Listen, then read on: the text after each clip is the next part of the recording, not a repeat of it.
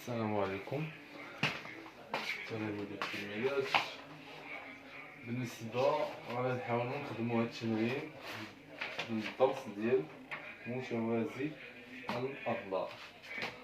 التمرين كما هو: A B C D متوازي الأضلاع، حيث أن A B المسافة A B كتساوي 5 سنتيمتر والمسافة B C كتساوي 2 سنتيمتر. أولا أنشئ الشكل المناسب. دونك ملي كنسمع أنشئ الشكل خاصني نرسم الشكل. دونك غادي نرسمو A B C D متوازي الأضلاع. أول حاجة غادي نعرفو كيفاش غادي نرسمو متوازي الأضلاع، حيت هو عنده واحد الطريقة خاصة باش كيتصور باش كيترسم.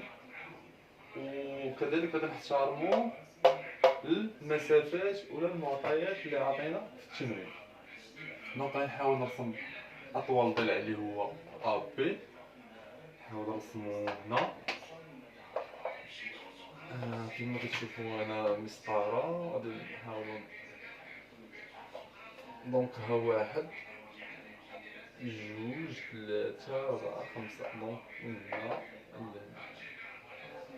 لهنا رسم غير تقريبي فقط. خالي. دونك انا ملي كنبغي نرسم متوازي الأضلاع خاصني ضروري نرسم واحد المستقيم كيكون عمودي على هاد الضلع. يكون واحد لا droite et perpendiculaire à première droite بحال هكا. هاد المستقيم اللي كنرسمو انايا اللي كتكون فيه هنايا قائم الزاوية هو اللي غادي يعطينا فين غادي يكون المستقيم ديالنا. هنا خاص يكون كذلك عمودي على هاد الحامل، خاص يكون عمودي على الحامل، ولكن خاصنا نحترمو الشرط اللي غنحترمو هو ان بي سي. دونك ناخدو هنايا هادي هي القطعة A B. دونك بي سي غتكون هنا. دونك بي سي غنحاول نجيب هنايا بي سي. فين خاصني نرسم ان بي سي خاص يكون فيها 2 ديال لي سنتيمتر. فهي دونك هما 1 2 سنتيمتر 2 سنتيمتر 1 2.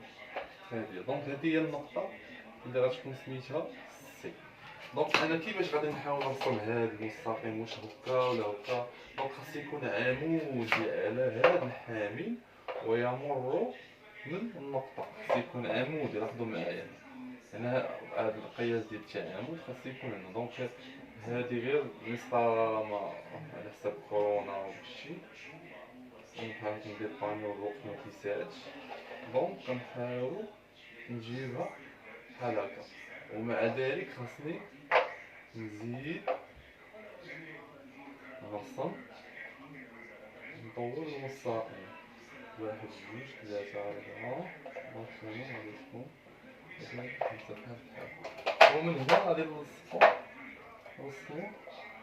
كله مستقيم. دونك A B C هنا النقطة D.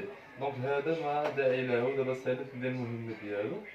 المهمة ديالو هو اللي كيعطينا العبارة ديال المستقيم الأول. خير بيان. دونك هذا هو الرسم، حيث أن A B كتساوي 5 سنتيمتر. A B كتساوي 5 سنتيمتر، وهنايا B C كتساوي 2 سنتيمتر. هذا بالنسبة للسؤال الأول. ندوزو للسؤال الثاني. السؤال الثاني قال لك هنا احسب دي سي و ار سي. دونك كنسولو على هاد دي سي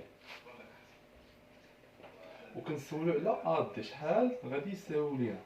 دونك شنو هو المعطيات كيقول لنا؟ كتقول لنا ان ا بي سي دي متوازي الاضلاع. هما نورمالمون في الاول قال لكم انه متوازي الاضلاع، يعني اعترفوا لكم بانه متوازي الاضلاع. من بين الخاصيات اللي كتكون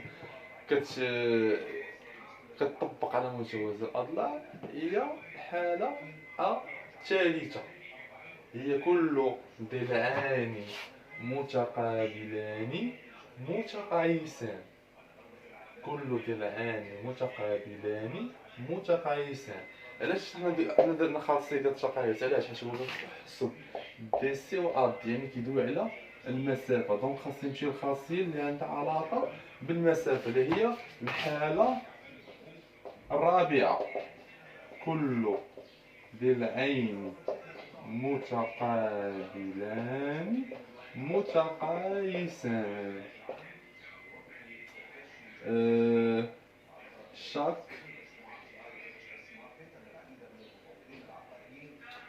chaque côté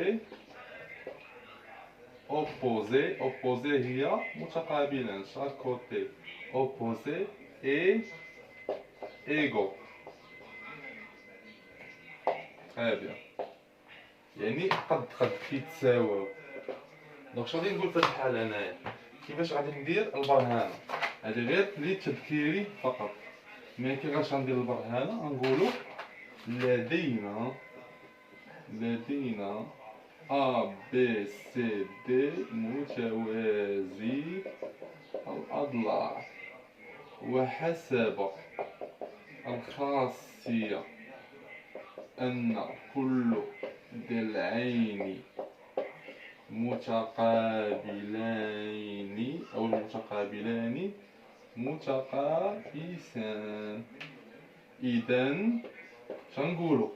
شكون هما الضلعين المتقابلين هنايا؟ الضلع A B مع المقابل مع الضلع D C. هذا مقابل مع هذا وهذا مقابل مع هذا. دونك إلا كانت هذا 5 سنتيمتر حتى هذا غادي يكون 5 سنتيمتر. نقول المتقايسين. إذا إذا A B المسافة كتساوي ليا دي سي وكتساوي ليا شحال؟ 5 سنتيمتر. حنا عرفنا أن دي سي كتساوي 5 سنتيمتر، و أن بي سي الضلع بي سي كيساوي ليا الضلع اللي مقابل معاه. شكون هو ا دي كتساوي 2 سنتيمتر. وبالتالي حنا عرفنا ا دي شحال كتساوي و دي سي شحال كتساوي.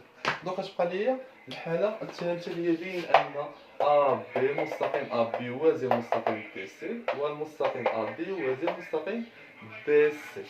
très bien. دونك شنو باش كتقول لك جملة خاصية؟ واحد الخاصية اللي هي الخاصية الأولى، قال لك كل ضلعان متقابلان فيه متوازيان. يعني في متوازي الأضلاع، كل ضلعان متقابلان فيه متوازيان حسب الحالة الثالثة. دونك غادي نعاود نقول عاوتاني لدينا A B C D متوازي الأضلاع. دابا هاد التمرين هذا هما قالوا لك أنه متوازي الأضلاع، قالوها لي. دونك ملي يقولوا لك أنه متوازي الأضلاع، دونك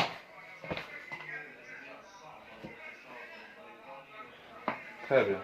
شفت الكاميرا واش خدام. دونك ملي يقول لك A B C متوازي الأضلاع، دونك أي حالة من هذوك الحالات كتطبق عليهم. وملي كيكونوا بعض التمارين كيقول لك A B C D رباعي، كيقولك رسمو، كيقولك في الاخر بين لي انه متوازي الأضلاع، ولكن راه كيعطيك شي خاصيه من هذيك الخاصيات الاربعه. هذا كتبرهن على انه متوازي الأضلاع. هذا هو الفرق.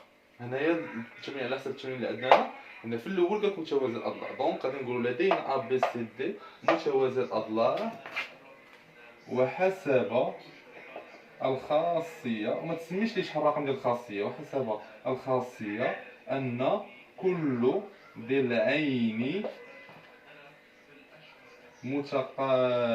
متقابلين فيه متوازيان.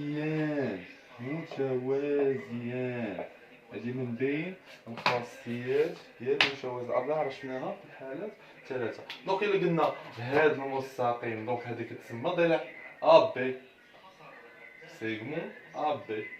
دونك هذا اللي مددناه، إلا مددناه من هاد الأطراف ومددناه من هاد الأطراف، وهذا كذلك مددناه من الأطراف، دونك يولي المستقيم A B. لا droite A B opposé à la droite DC. المستقيم A B متقابل مع المستقيم DC. إذا غنقول أن A B المستقيم A B يوازي، هذه هو علامة التوازي، يوازي المستقيم DC. شكون هما عاوتاني اخرين؟ يلا قولوا لي شكون، خليكم تفكروا شكون هما المستقيمين الاخرين اللي غيكونوا عندنا متقابلين ومتوازيين. très bien. دونك عندنا بي سي، هذا المستقيم بي سي مع من؟ مع المستقيم ا دي، غيكون مع المستقيم ا دي. وبالتالي غادي نقول و baisser la droite, baisser et parallèle à la droite A D. baisser متقابل ولا موازي عفوا المستقيم A D. وبالتالي حنا عرفنا كيفاش نخرجوا هذا التمرين عن طريق هاد الخصلة الأولى اللي قالك أنه ما قالك هو متوازي الأضلاع.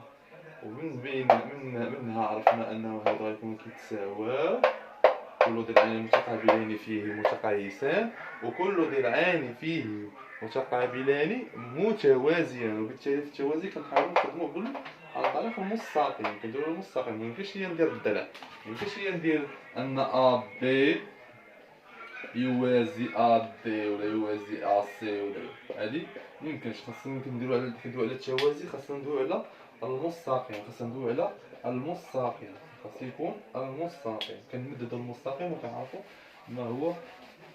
دونك هذا ما عندنا في التمرين السادس.